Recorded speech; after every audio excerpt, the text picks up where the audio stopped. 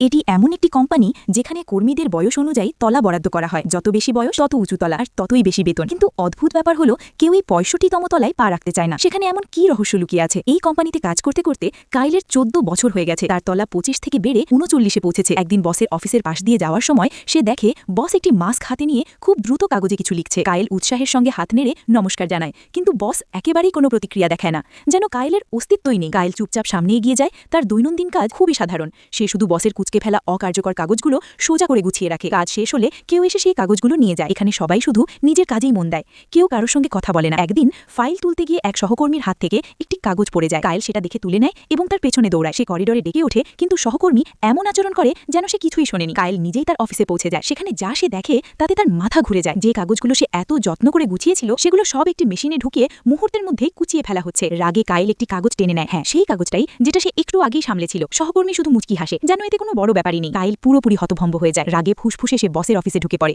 এবং তার মুখ থেকে মাস্কটা টেনে খুলে ফেলে। অবাক করার মতো ব্যাপার ছিল, উচ্চপদে থাকা সেই বসের ভেতরে লুকিয়েছিল এক ভীতু ও দুর্বল মানুষ। কাইল কোনো জবাব জোর করে চায় না। সে চুপচাপ বেরিয়ে আসে এবং নিচে নামার জন্য লিফটের দিকে এগোয়। হঠাৎ 65তম তলা নিয়ে তার কৌতূহল প্রবল হয়ে ওঠে। সাহস সঞ্চয় করে সে সবচেয়ে উপরের বোতামটি চাপ দেয়। দরজা খুলতেই কাইল পিছিয়ে যায়। সেখানে নেই কোনো উঁচু বেতন, নেই কোনো পদোন্নতি, আছে শুধু সেই মানুষদের সরিয়ে দেওয়ার ব্যবস্থা যারা আর কাজের যোগ্য নয়, যেন আবর্জনার মতো ফেলে দেওয়া হয়। সে পালানোর জন্য ঘুরতেই একটি মেশিনের বাহু লিফটের ভেতরে ঢুকে তার টাই শক্ত করে চেপে ধরে। শেষ মুহূর্তে সে ক্লোজ বোতামটি চাপ দেয় আর বাহুটির একটি অংশ ভেঙে যায়। কোনোভাবে কাইল বেঁচে যায়। এই সব ঘটনার পর কাইল চাকরি ছেড়ে দেয়। এখন সে একটি ব্যস্ত রাস্তার মোড়ে নির্ভর হয়ে বসে থাকে এবং নিজের প্রিয় অ্যাকর্ডিয়ান বাজায়। এখন প্রশ্ন হলো, নিরাপত্তা আর স্বাধীনতার মধ্যে তুমি হলে কোনটাকে বেছে নিতে?